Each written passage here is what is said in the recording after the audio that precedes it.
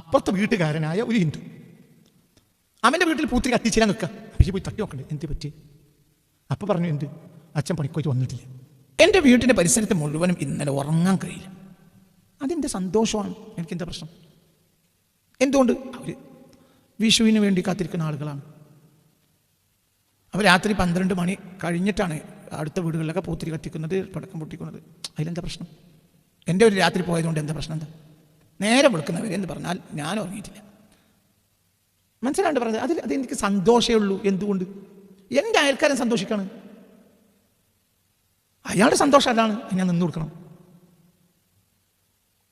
നീ എൻ്റെ വീട്ടിൽ നിന്ന് അല്ലാഹു അക്ബർ അല്ലാഹു അക്ബർ അല്ലാഹു അക്ബർ ലാ ഇലാഹ ഇല്ലല്ലാഹു അല്ലാഹു അക്ബർ അല്ലാഹു അക്ബർ വലില്ലാഹിൽ ഹംദ്. അത് അപ്പുറത്ത് ഇബ്രാഹിം ഖാൻ്റെ പേരിനും അങ്ങനെ തന്നെ, അപ്പുറത്ത് ജമീൽ താത്താൻ്റെ പേരിനും അങ്ങനെ തന്നെ, അപ്പുറത്ത് ഷാഫിൻ്റെ പേരിനും അങ്ങനെ തന്നെ. ഒച്ചട്ട് ഒരു രാത്രി നേരം വെളുക്കുന്നത് വരെ ഉണർച്ചുള്ള സമയത്തൊക്കെ തെക്കുബീർ ചെല്ലും. ഇവർ ക്ഷമിക്കുന്നില്ലേ? ഇന്നലെ വിഷുവിൻ്റെ രാത്രി, ഇന്നലെ രാത്രി 4 പടക്കം പൊട്ടുമ്പോഴത്തേന് ഈ ബേജാറാണ്. എന്തിനാ ഇതൊന്ന് നിർത്തിയെങ്കിൽ മതി എന്ന് പറയുന്നത്? എന്തിനാ എനിക്ക് പറയാൻ? എന്തിനാ? നിൻ്റെ എന്തൊക്കെയോ കാര്യങ്ങൾ അവർ ക്ഷമിക്കുന്നില്ല. നിങ്ങൾക്ക് പറയുന്നത് മനസ്സിലായാൽ ഇതെന്താ നമ്മൾ ചിന്തിക്കാത്തത്? വിഷുവിൻ്റെ രാത്രി അവർ പടക്കം പൊട്ടിക്കും, നേരം വെളുത്താലും പൂത്തിരി കത്തിക്കും. കത്തിച്ചിട്ടല്ലേ എങ്കിലല്ലേ നമ്മൾ വിഷമമുണ്ടാകേണ്ടത്? അപ്പുറത്തെ വീട്ടുകാരനായ ഒരു ഹിന്ദു, അവൻ്റെ വീട്ടിൽ പൂത്തിരി കത്തിച്ചില്ല നിൽക്കുക. പക്ഷേ പോയി തട്ടി നോക്കണ്ടേ എന്ത് പറ്റി? അപ്പം പറഞ്ഞു, എന്ത് അച്ഛൻ പണിക്കോയിട്ട് വന്നിട്ടില്ല. അച്ഛൻ വൈകുന്നേരം വരുന്നത് ഞങ്ങൾ വിചാരിച്ചു, പക്ഷേ അച്ഛനെ കാണാനില്ല. എങ്കിൽ അവർക്ക് വിഷു കഴിക്കാനുള്ള പൈസയും പടക്കം വാങ്ങാനുള്ള പൈസയും കൊടുക്കേണ്ടത് മുസ്ലിമായ എൻ്റെ കടമയല്ലേ? ആണോ? അല്ലേ? അതിൻ്റെ കടമയാണ്. ഞാൻ ആ ഇസ്ലാമില്ല. മനുഷ്യത്വത്തിനപ്പുറം ഒരു മതം പഠിപ്പിച്ചിട്ടില്ല. ഞാൻ രാവിലെ ഇറങ്ങിപ്പോരുന്ന സമയത്ത് ഞാൻ ഈ സത്യം പറഞ്ഞു, ഞാൻ രാവിലെ ഇറങ്ങിപ്പോരുന്നു, ഞാൻ മൂസക്കുട്ടി വരിക. ആ ഇറങ്ങിപ്പോരുന്ന സമയത്ത്